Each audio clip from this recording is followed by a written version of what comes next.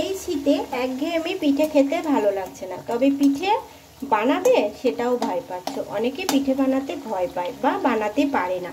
এর থেকে সহজ পিঠে কিন্তু আর হয় না। প্রথম থেকে শেষ পর্যন্ত তোমরা ভিডিওটা দেখতে থাকো, তাহলে বুঝতে পারবে যে কতটা মজাদার এই পিঠের রেসিপি। ছোট থেকে বড় সকলে এগুলো খুব আনন্দ সহকারে খেয়ে নেবে।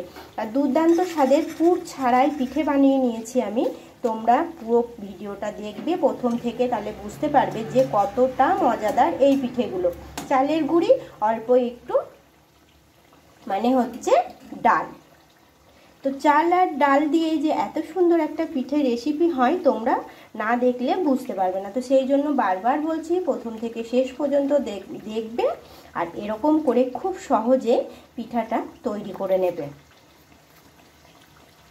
বন্ধুরা, তোমরা সব কেমন আছো? আশা করছি ভালো আছো এবং সুস্থ আছো।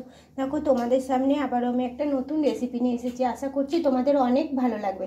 আজকে দেখো, এখানে আমি একটা বাটি নিয়েছি, আর সেই বাটিতে এক বাটি নিয়ে নিয়েছি চালের গুঁড়ি। এক বাটি চালের গুঁড়ি নিয়ে নিয়েছি। এই চালের গুঁড়ি দিয়ে তোমাদেরকে দারুণ স্বাদের মুখরোচক একটা রেসিপি বানিয়ে দেখাবো। আশা করছি অনেক ভালো লাগবে। প্রথম থেকে শেষ পর্যন্ত ভিডিওটা দেখবে, তাহলে দেখবে অনেক ভালো লাগবে। চালের গুঁড়ি নিয়েছি, আর কি কি লাগছে সেটা তোমাদেরকে আমি দেখিয়ে নিচ্ছি। চালের গুঁড়ি তো নিয়ে নিয়েছি, আর নিয়েছি এখানে দেখো দুটো আলু, আর এখানে ডাল, কলাইয়ের ডাল নিয়ে নিয়েছি, যেটা ভাজা কলাইয়ের ডাল হয় সেটা নিয়েছি। সাথে নিয়ে নিয়েছি 3-4টে লঙ্কা। এগুলো একসঙ্গে আমি প্রেসার কুকারে ভালোভাবে সেদ্ধ করে নিয়েছি।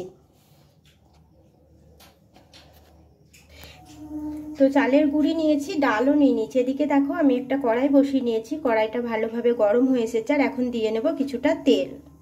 দিয়ে নিয়েছি অল্প একটু তেল। তেলটাও বেশ ভালোভাবে গরম হয়ে এসেছে। এবার দিয়ে নেব কিছুটা বাটা মশলা। এখানে মানে আদা জিরে একসঙ্গে আমি কেটে নিয়েছি। এখানে মশলাটা দিয়ে নিয়েছি। দিয়ে নিচ্ছি হচ্ছে হলুদ গুঁড়ো, তবে বেশ খানিকটা হলুদ গুঁড়ো এখানে দিয়ে নিতে হবে। আর দেখো, এখানে দিয়ে নিচ্ছি হচ্ছে আমি মৌরিটাকে আমি একটু থ্যাতো করে নিয়েছি, সেই মৌরিটাই দিয়ে নিলাম। মৌরিটা কিন্তু বেটে নিলে হবে না, এইভাবে মৌরিটাকে একটু থ্যাতো করে নিতে হবে। একটু নেড়ে চেড়ে নেব। মশলাটা প্রায় হয়েই এসেছে। এখন দিয়ে নেব ডাল। আর ওই যে লঙ্কাটা ছিল সেটাই দিয়ে নিলাম। আলুটাও দিয়ে নেব, তবে আলুটা হাতে করে একটু এইভাবে চেপে দেব। এতে করে দানা ভাবটা অতটা থাকবে না। দানা ভাবটা থাকবেও না যখন আমি চালের গুঁড়িটা দেব। আর এটা ভালোভাবে দলে দলে মেখে নেব।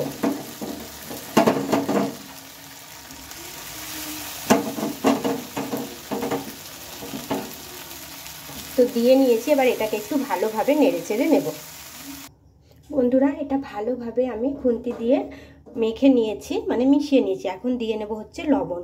স্বাদ অনুযায়ী লবণটা দিয়ে নেবে। তোমরা যে পরিমাণ ডাল নেবে বা চালের গুঁড়ি নেবে, সেই পরিমাণ অনুযায়ী তোমরা হচ্ছে লবণটা দিয়ে নেবে। বেশি লবণ দিলে তখন কিন্তু খেতে ভালো লাগবে না, সেই জন্য লবণের পরিমাণটা তোমরা বুঝে নেবে। তো এখন হচ্ছে এটাকে আবারও আমি একটু মিশিয়ে নেব। লবণ যেহেতু দিয়ে নিয়েছি, আবারও মিশিয়ে নেব।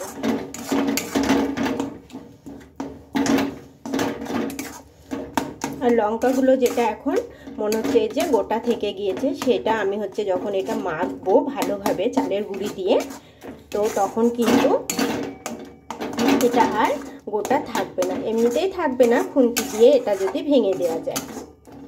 তো ফেসবুক পেজ থেকে দেখলে পেজটিকে ফলো করে দিও। ইউটিউব চ্যানেল থেকে দেখলে চ্যানেলটিকে সাবস্ক্রাইব করে আমার পাশে থেকো। নতুন বন্ধুরা চ্যানেলটিকে সাবস্ক্রাইব করো, ফেসবুক পেজটাকে ফলো করো, ভালো লাগলে লাইক কমেন্ট করো, বন্ধুদের সাথে শেয়ার করো। কমেন্টে জানাতে কিন্তু ভুলো না যে রেসিপি কেমন লাগে। এরকম নিত্য নতুন রেসিপি অনেক দেওয়া আছে, তোমরা চাইলে ইউটিউব চ্যানেলে গিয়ে দেখে নিতে পারো। তো দেখো, এটা এখন একটু শুকনো শুকনো করে নিতে হবে।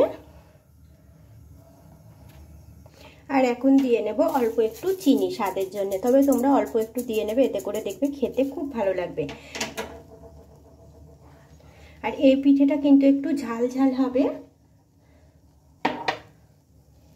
চিনিটা ভালোভাবে মিশিয়ে নিয়েছি। এবার হচ্ছে দিয়ে নেব চালের গুঁড়ি। কিছুটা পরিমাণ আমি চালের গুঁড়ি দিয়ে নিলাম, বলতে এই বাটি এক বাটি, তার মধ্যে একটু রেখে দিয়েছি আমি, দেখো রেখে দিলাম অল্প একটু। এবার ভালোভাবে এটাকে মিশিয়ে নেব। চালের গুঁড়িটা এই ডালের সাথে মশলার সাথে ভালোভাবে মিশিয়ে নিতে হবে, শুকনো শুকনো করে নিতে হবে। তো চলো আমি এটা পুরো ভালোভাবে মেখে তোমাদেরকে দেখাচ্ছি। এতে কিন্তু আর কোনো কিছু লাগবে না। দেখো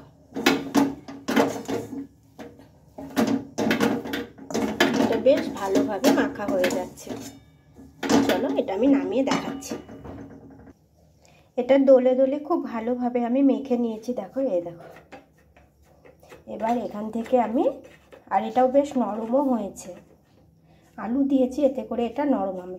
এইভাবে হাতে করে গোল গোল করে আমি পাকিয়ে নেব। দেখো আমি বানিয়ে নিচ্ছি বন্ধুরা। এইভাবে আমি বেশ কয়েকটা বানিয়ে নিয়েছি। দেখো এবার এগুলোকে আমি ভেজে নেব। দেখো দেখতে কত সুন্দর লাগছে। এগুলো পুর ভরার কোনো ঝামেলা থাকবে না, পুর ছাড়া এগুলো ভেজে নিতে হবে। আর এগুলো খেতেও কিন্তু ভীষণ ভীষণ ভালো লাগে। তোমরা একবার বাড়িতে তৈরি করে দেখো, আর ভীষণ সহজ, যে কেউ এটা বানিয়ে নিতে পারবে। সেই জন্য প্রথম থেকে শেষ পর্যন্ত তোমাদেরকে ভিডিওটা দেখতে হবে। এত সহজ পিঠে এই শীতে আর হতেই পারে না বন্ধুরা। এদিকে আমি কড়াইটা ভালোভাবে পরিষ্কার করে নিয়েছি, আর কড়াই হচ্ছে দিয়ে নিয়েছি কিছুটা পরিমাণ তেল। তেলটাকে বেশ ভালোভাবে গরম হতে দেব। তেলটা বেশ ভালোভাবে গরম হয়ে গিয়েছে। এবার এগুলো আমি দিয়ে নিচ্ছি। দেখো এগুলো এইভাবে বেশ কয়েকটা দিয়ে নেওয়া যাবে একসঙ্গে। অনেক তেল লাগবে না, অল্প তেলেই এগুলো উল্টে পাল্টে মুচমুচে করে তোমরা ভেজে নিতে পারবে। পুর ভরার ঝামেলা ছাড়াই এটা হয়ে যাবে। দেখো বেশ কয়েকটা দিয়ে নিয়েছি। গ্যাসের আঁচটা একটু কমিয়ে নিয়ে এগুলোকে লাল লাল করে ভেজে নেব। একটা সাইড থেকে দেখো বন্ধুরা কালার এসে গেছে, অপর সাইডটা ঠিক এইভাবে উল্টে নেব। দেখো হালকা হালকা কিন্তু পিঠেগুলো ফুলেও যাবে। দেখো ফুলেও গিয়েছে হালকা হালকা। তোমরা এখনো যদি এই পিঠেটা না বানিয়ে থাকো, এই শীতে তোমরা একবার হলেও বানিয়ে দেখো, তোমাদের অনেক ভালো লাগবে।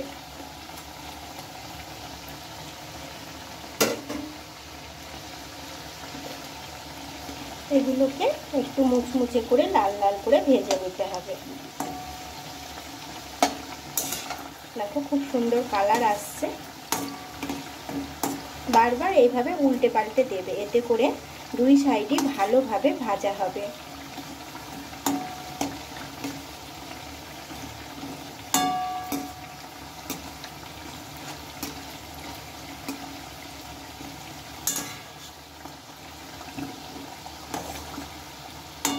দেখো বন্ধুরা এগুলো প্রায় ভাজা হয়ে এসেছে। এখন এগুলোকে আমি তেল থেকে উঠিয়ে নেব।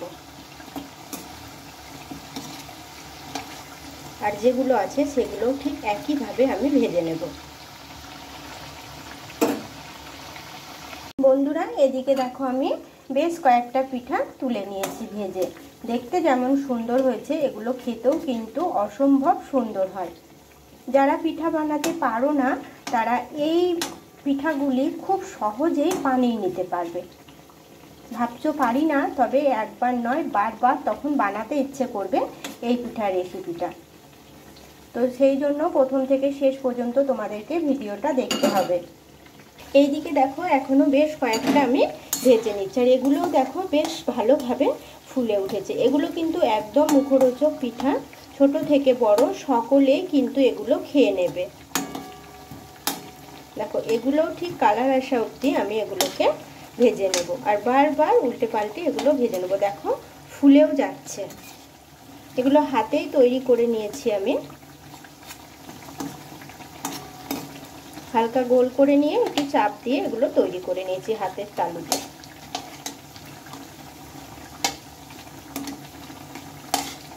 তো যে সকল বন্ধুরা নতুন তারা প্লিজ চ্যানেলটিকে সাবস্ক্রাইব করো আর পেজটিকে ফলো করে দিও। ভালো লাগলে লাইক কমেন্ট করো, বন্ধুদের সাথে শেয়ার করো। তো এগুলোও তুলে নেব।